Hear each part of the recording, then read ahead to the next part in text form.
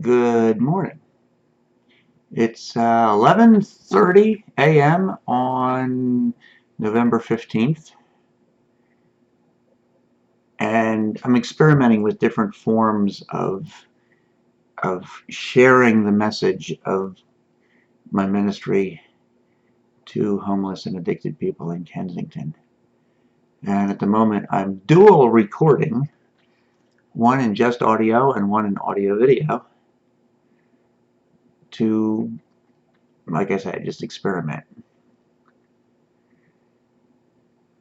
So with that thought in mind, I want to share with you what happened yesterday. Today's Wednesday. I go to Kensington, and specifically Emerald City, as it's become nicknamed. And I think it's more than a nickname at this point. Emerald City is what it's being referred to in the newspapers and maybe television news, which is sort of cool. I went yesterday with a very special supply of clothes and blankets and so forth that had been donated by a friend of mine from college, and she didn't say I could mention her name, so I won't. But I was expecting a supply of used items, clean but used. And when I opened up this large trash bag, it was all brand new stuff. Winter related, men's and women's. And I thought, wow, this is a first. And I did record my processing of all that stuff, putting it into tubs so that it could be easily observed and seen and chosen, picked through, and so forth. Well, that seemed to open something new in Emerald City. The fact that folks were looking through brand new tagged items. And this is not to take away from the beautiful donations that I receive of clean and used items by any means. I mean, please keep that coming. But there did seem to be something extra special about this brand new stuff, complete with tags and all that. But enough of that. The items consisted of 3 women's coats that looked like down coats. Whether they were actually down or not, I'm not sure, but they looked like down coats, and very fashionable, very current in their fashion style and so forth. Men's socks, women's socks, coats, hats, gloves, 4 or 5 blankets, maybe 6, and so forth. The blankets were pretty quickly distributed to folks, but I want to talk about the coats, the women's coats. They were all the same style. One was black, one was purple, the other was, okay, what color was it? I remember it, but I don't remember the color. I was standing in the back of my car, at the back of my Chevy Uplander with 171,000 miles on it. Dare I say, pushing 172,000 miles. Not sure how much longer that's going to last. But I was standing at the back of it, not wanting to pull this brand new stuff out like I normally do, because I knew it was going to disappear so quickly. And I wanted to have some degree of control over it. Because there are some people there that really needed these items. And actually the first woman to come up expressing interest in a coat was a woman that I'd only seen maybe one other time fairly recently. She walked up to me, not looking for a coat, but she wanted me to let me know that earlier that day she had overdosed and had been Narcaned and was alive in front of me at that moment because some stranger Narcaned her.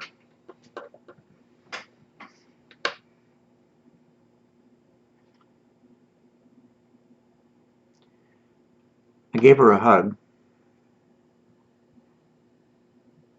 And she hugged back, fully realizing that if it had not been for that stranger, she would be dead.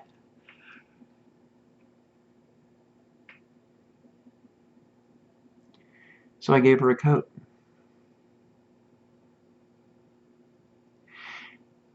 And that young woman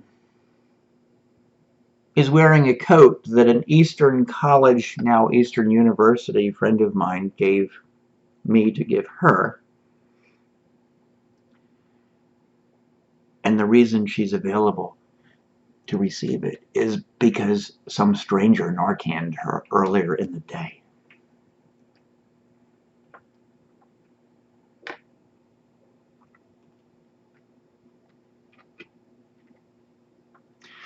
Coat number 2. I gave this one specifically to a young woman who I know from under the bridge. And again, I'm speaking slowly to sort of filter my words to make sure that I'm not saying something that is so identifying that somebody goes, oh, that's so-and-so.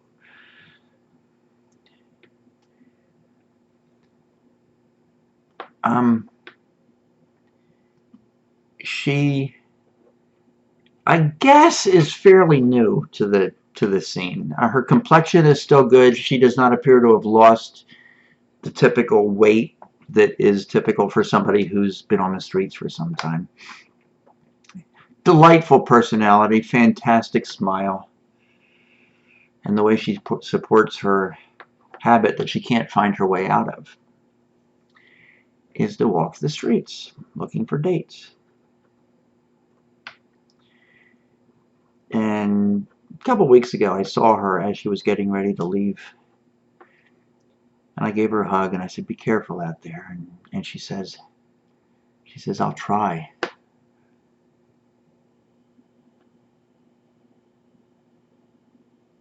And I saw her in Emerald City last night, and I quietly told her to come over because I had a coat for her. And she came over and she tried on one, and it was a little bit too big, but fortunately this person who donated the coats, I guess, arranged 3 different sizes of these coats that were otherwise identical except for size and color. Well, this young lady proceeded to tell me more of her story than I'd ever heard. A story of pain. A story that if I shared with you the details, you'd be amazed at her family background. And that's all I'm going to say. Big, caring heart for the people around her.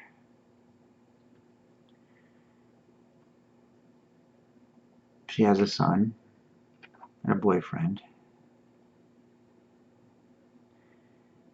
And she loves to draw. And so earlier today, I put out a request for drawing pencils or markers and a good sketch pad. And within an hour, somebody on Facebook saw that, a friend of mine from Ohio, and has made arrangements for me to get the money to buy it. Because she's going to rehab, or detox and rehab, because she wants to get her life put back together. So that's coat number 2. Coat number 3 goes to a fairly new young woman on the streets. She's 27 years old, devout Roman Catholic, goes to Mass every single day that she possibly can. Fantastic personality. She also walks the streets to support her habit, and she hates it. Her comment to me each time is, quote, it's time to go humiliate myself.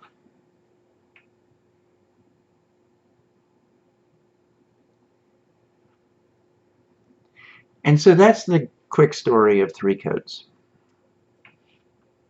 There's so much more that I could say.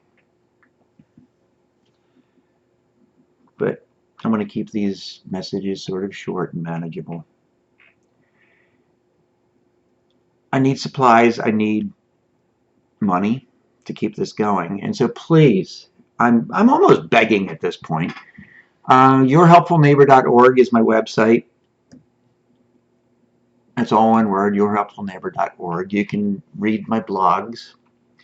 And from there, you can see links to the GoFundMe page. I really need your financial help with this. This is becoming my full-time vocation. If you'd rather not go through GoFundMe, you can send a check, and I'm using a P.O. Box publicly. P.O. Box 21, Chester Heights, Pennsylvania 19017, if you'd like to send a check instead. But that's not my main thing. I mean, yeah, it's extremely needed, but it's not my main thing. The people are the main thing. Homeless, addicted, men and women who have no intention of being where they are, and yet there they are. So please prayerfully pray, okay, and consider supporting this.